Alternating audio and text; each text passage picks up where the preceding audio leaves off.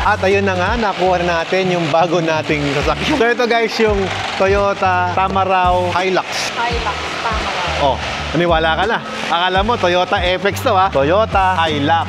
Oh, magkaiba yun ha. Oh, silipin natin yung loob. Alright, so ito guys, yung loob niya. Ang ganda talaga. Oh. Tsaka napaka-simple niya, no? Naka-power window na siya. May lalagyan ng documents dito, handles, power steering. Marireview natin yan mamaya. Pero ang isa nakakatuwa dito, so, kasyang-kasya yung motor dito. Lagyan lang natin ng banggaan ng motor. Okay na. Yung ano ba? Frame, nagaganon siya, no? Ganda, laki. Panghanap buhay talaga guys, oh. Panghanap buhay tsaka pangluho na rin. Ganda nito, ah. Pwede pala siyang mabuksan dito, oh. Yan. Yan. Pwede mo na siyang ibabang ganyan, no?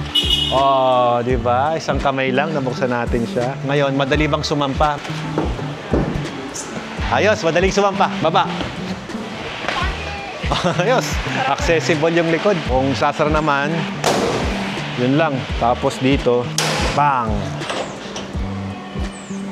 Grabe. Ayos, ah.